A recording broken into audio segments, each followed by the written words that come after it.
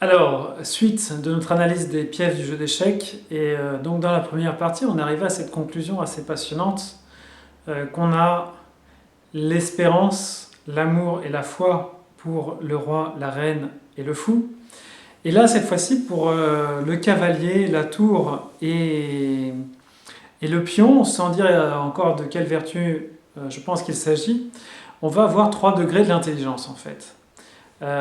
Donc une intelligence d'abord qui va être une astuce, ensuite une intelligence qui va être une sagesse et enfin une intelligence qui va être une inspiration. Je vais préciser un petit peu au fur et à mesure les vertus dont je pense qu'il s'agit au fur et à mesure. Alors le cavalier, c'est la pièce qui nous permet d'avancer rapidement, et ce dès le début de la partie, et qui se joue un petit peu des obstacles puisqu'elle peut sauter et qui n'avance pas en ligne droite. C'est l'astuce en ce sens qu'on va trouver un intermédiaire, on va avancer de 2 cases, puis d'une case, au lieu d'aller directement à l'endroit où on veut, ou d'une case et puis de 2 cases. Et donc c'est vraiment l'astuce, ce cheval, comme l'astuce d'Ulysse qui va donner un cheval de bois aux Troyens pour pouvoir s'emparer de leur forteresse. Donc premier niveau de l'intelligence, c'est l'intelligence de la jeunesse. L'intelligence de la jeunesse qui cherche des choses que la génération précédente n'a pas inventées et qui utilise sa sagacité, qui utilise sa vivacité pour pouvoir s'exprimer. Et c'est une vraie qualité puisque le Christ nous recommande d'être rusé comme le serpent. Et puis on a une deuxième pièce, toujours dans l'intelligence, qui est la tour.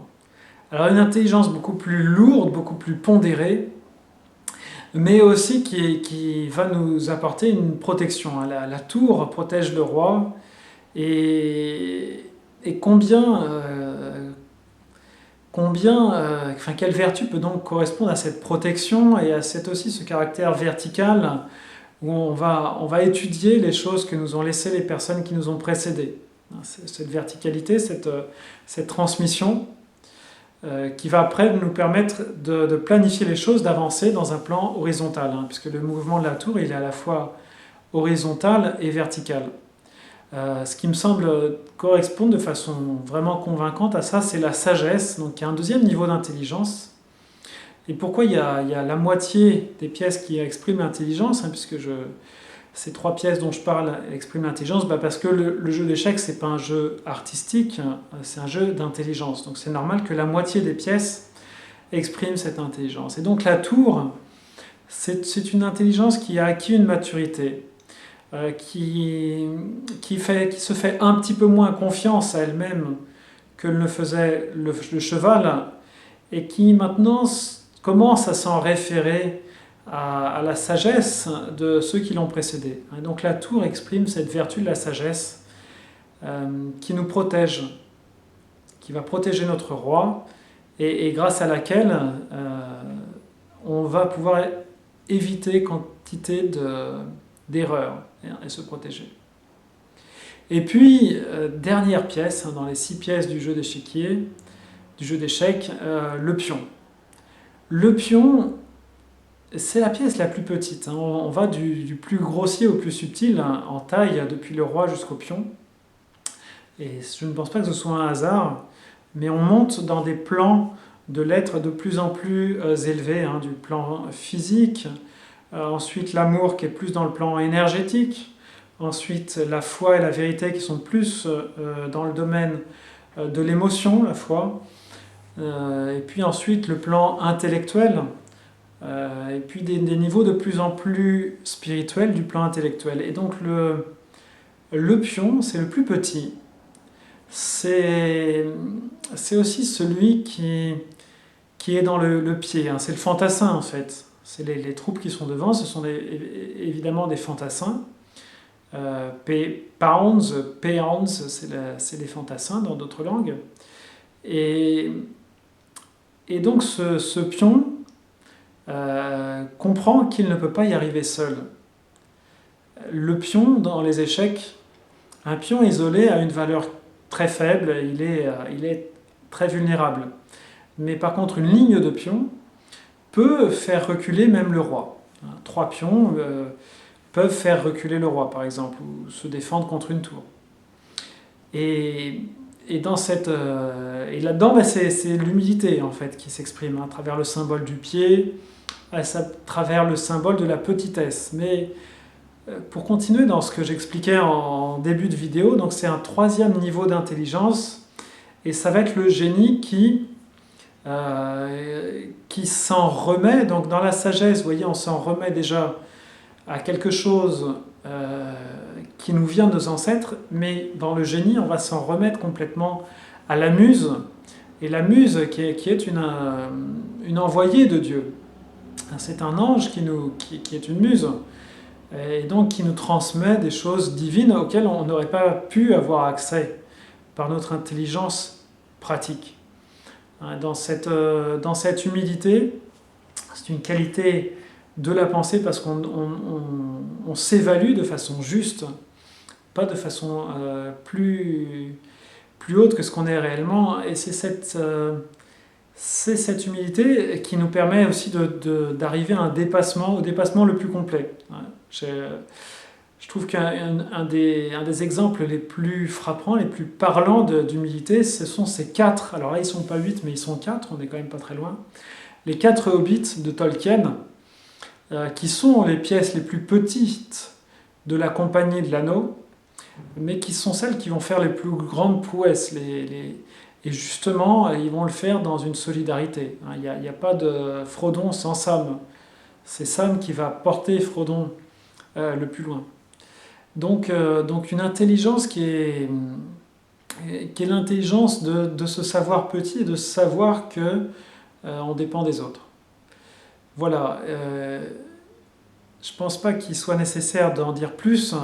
Vous pouvez vous-même approfondir ces quelques pistes que j'ai données.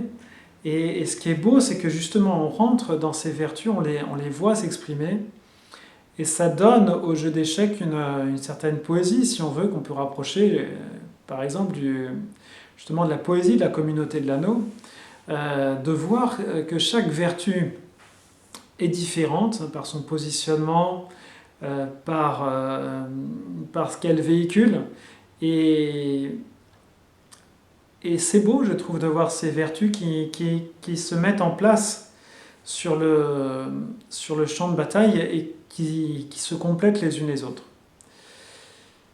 Et ça nous donne du baume au cœur, si on veut, quand on a des difficultés, de se dire, voilà, c'est vrai que la difficulté que je rencontre est grande, mais tout cela se joue selon certaines règles. Et si Job a pu faire face à une armée aussi décidée de destruction de sa santé, de destruction de ses relations, de destruction de sa réputation, etc., c'est-à-dire il ne lui restait rien à Job, l'armée adverse le menaçait de toutes parts, eh bien, il a pu, lui, organiser sa défense avec la patience, avec la foi, avec l'amour de Dieu, et donc avec la sagesse.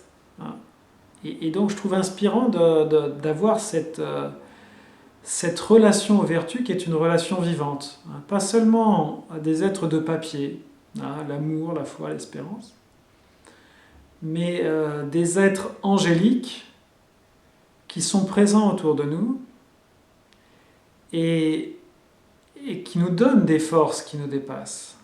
Et par ces forces qui nous dépassent et qui dépendent toutes de l'humilité, toute la défense du jeu d'échecs repose sur cette ligne de pions. Là, il y a un symbole qui est gigantesque. Pourquoi toutes les vertus sont protégées par l'humilité ? Et bien parce que tout s'effondre sans cette humilité. Si Ève croit le serpent quand il lui dit qu'elle va être l'égale des anges, des dieux, alors qu'elle n'est qu'un bébé, eh bien tout le reste s'effondre et le roi est nu après. Donc c'est un symbole qui est très beau, de cette humilité qui est la gardienne de chacune des autres vertus, qui est la clé qui va nous ouvrir la porte de toutes les autres vertus, qui va les garder dans leur pureté. L'humilité et la pureté sont quasiment synonymes. Et Et voilà, le jeu d'échecs d'un jeu qui est un divertissement intellectuel devient une métaphore vraiment pertinente de comment, face à des difficultés qui peuvent nous sembler des raz-de-marée dans notre vie, hein, comme les difficultés de Job ou comme les difficultés de Christ, on peut tour à tour utiliser chacune de nos vertus à sa juste place pour ne pas être submergé, mais au contraire comprendre que derrière la cruauté, parfois apparente de la vie, ou l'injustice apparente de la vie, on est poussé dans nos derniers retranchements pour exprimer ces différentes vertus, pour mettre en place, pour rendre vivantes ces différentes vertus. Et que si on accepte de jouer le jeu, la gravité de la situation est largement diminuée. De victime, on devient général en chef, ou plutôt adjoint du général en chef qui est Dieu, exécutant du général en chef qui est Dieu, serviteur, aimant du général en chef qui est Dieu. Et là, ça devient d'une situation qui pourrait sembler désespérée, injuste, terrible. La situation devient exaltante, enthousiasmante, héroïque. Et j'espère qu'à travers ces vidéos, vous pourrez ressentir l'héroïsme des vertus et l'héroïsme des situations spirituelles qu'on peut traverser dans la vie et la beauté de la coopération aussi. À bientôt pour la troisième partie.